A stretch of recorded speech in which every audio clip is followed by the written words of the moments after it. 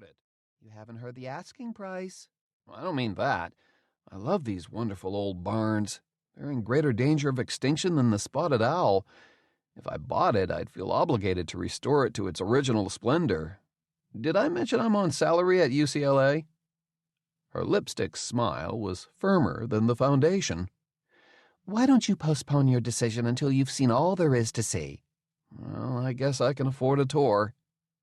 Saying it, he felt an intoxicating mix of anticipation and surrender. History was his weakness and his calling. Max Fink's very public dream of 1927 turned into a hangover 2 years later, but by then everyone else was too busy taking aspirins to notice. Fink had stumbled into millions in 1912 when he rented out his candy store in Brooklyn evenings and weekends for the exhibition of silent motion picture shorts.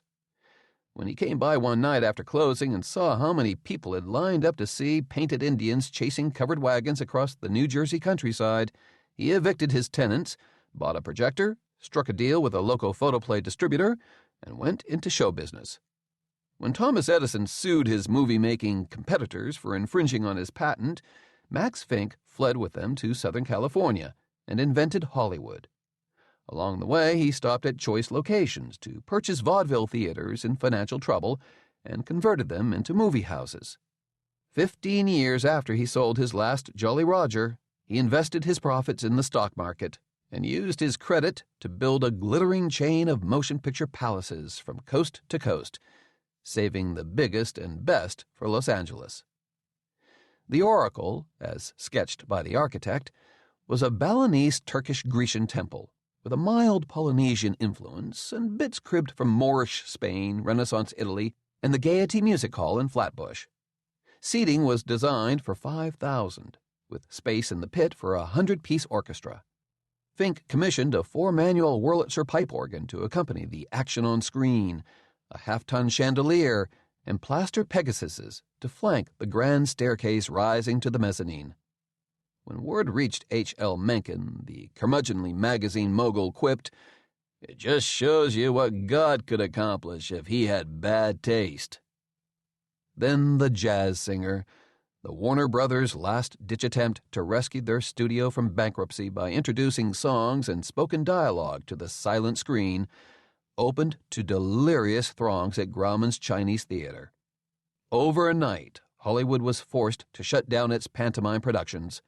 Sound stages were erected, theaters were wired for speakers, and audiences were permitted to hear their favorite matinee idols speaking lines instead of having to read them on title cards.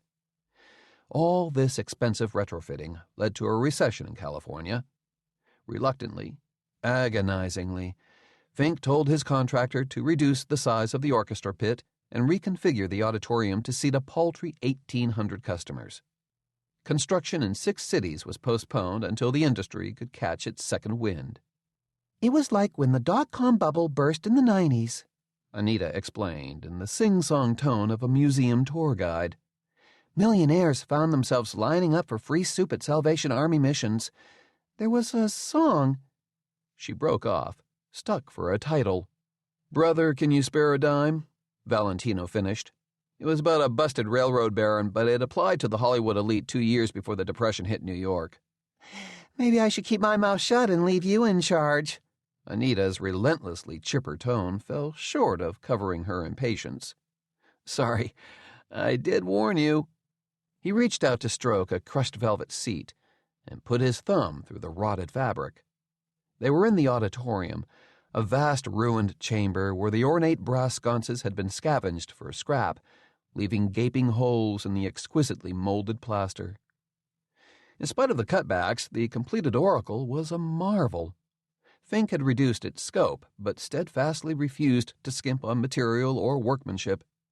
Its marquee towered 40 feet into the sky, lit by 16,000 electric bulbs, with colored searchlights swiveling and crossing sword-like beams far above the red-tile rooftops of Golden Age Hollywood.